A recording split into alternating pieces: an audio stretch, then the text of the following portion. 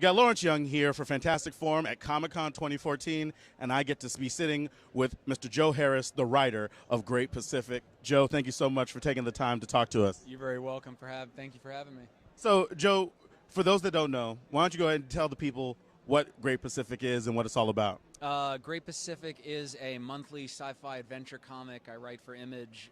It's about a young guy named Chaz Worthington who, on the eve of his 21st birthday, throws away this plush life of privilege and inheritance. He's heir to one of the largest oil fortunes in the world has ever known. Throws it all away, goes out to the Great Pacific Garbage Patch, where he plants a flag and declares it his own sovereign country. And doing so invites all of these threats he never imagined he'd encounter, like mutated marine life and pirates and hostile natives that are indigenous to nearby islands that aren't happy. There's all this pollution out there, and the U.S. Navy comes after him at one point, and so it's all about surviving on what essentially is the 8th continent of the world that's made up of plastic and trash, and building a society and a functioning government and country on top of it. Right. And it's like that sounds like a far out concept, even for like a science fiction. Like, how did you come up with it? Well, it's based on reality, at least current events wise. There is such a thing as the Great Pacific Garbage Patch. It is an environmental disaster. It's where all the particulate matter and waste plastic that gets trapped in the Pacific Ocean, a lot of it comes to rest between these ocean currents where it gets trapped and nobody cleans it up. We've sort of hyper realized it to be this contiguous continent, which it is not actually in truth. But when you have a reality, something so horrific that fish eat it, birds eat the fish, it gets into the food chain, and again, nobody's really doing anything about it.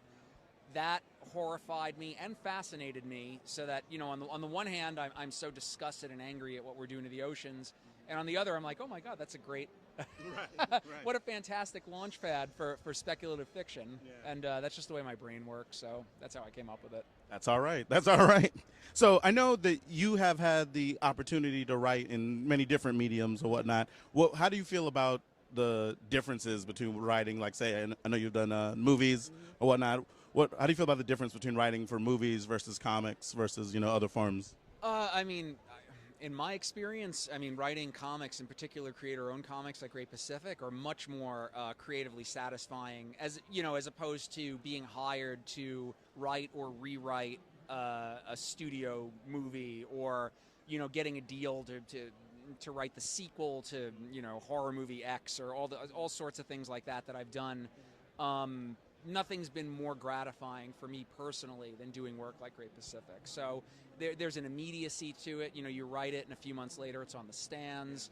You go out on the road and you represent it from convention to convention in stores, and it's just a grassroots sort of thing. But I also have a past going to film festivals with things that I had directed, and so I have some experience in that regard that translates a little bit too. Just kind of getting out, DIY, push, make it happen. And I know you also have had the opportunity to work for different publishers as well. So what is that experience like, the juxtapositioning of working, like, say, for Image versus, like, say, a DC, which you did? Well, they're very, I don't know how everyone would parse it, but I suspect it's when you work for, say, Marvel or DC, you're writing superheroes that they own. That's not a bad thing. I guess it could be. It has been sometimes for me. It certainly has been for other people, but it's also quite wonderful, too, no shortage of fans that dig that stuff. So my experience working for Marvel and DC, I scratched my superhero itch. Working for IDW, I write the X-Files, and that's a different thing entirely. And with Image as well as with Oni Press, and that's my creator-owned outlet. So it kind of breaks down along those lines, and I have a different head and hat on for each of those things. So. With you being able to explore each of those different genres, it's like, what are some of the things that you like best about, like, being in, like, say, the superhero genre versus being in the more sci-fi wheelhouse with the X-Files versus doing your own thing? Well, to me, I haven't written superheroes for a couple of years, and now I'm writing for Valiant. I'm writing Armor Hunter's Bloodshot, which is I guess a spin-off mini, for their summer event, Armor Hunters, and it's been a hell of a lot of fun. I missed it. I missed working on superheroes, so so I'm happy to be exploring the fantastical things that you can do with superpowered characters.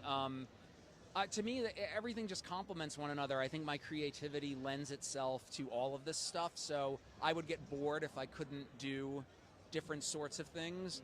Now, that said, I want to be doing more creator-owned work, and I am going to be doing more creator-owned work later in 2014 into 2015. But yeah, to me, it's all an easy shift. I enjoy it all. You know, I'm writing Alice Cooper upcoming for Dynamite, so just working with music-related stuff is a lot of fun, too. So. And what can people expect from Great Pacific in the year to come? Some really, really dark, horrible things, I'm afraid.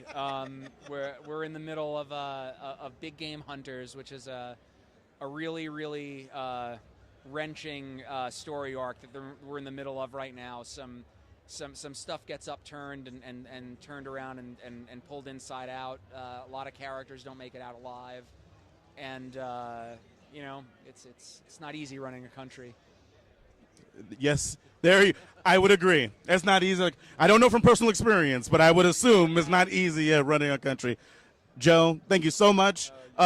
Great Pacific is in stores now. Go get it. This is Joe Harris.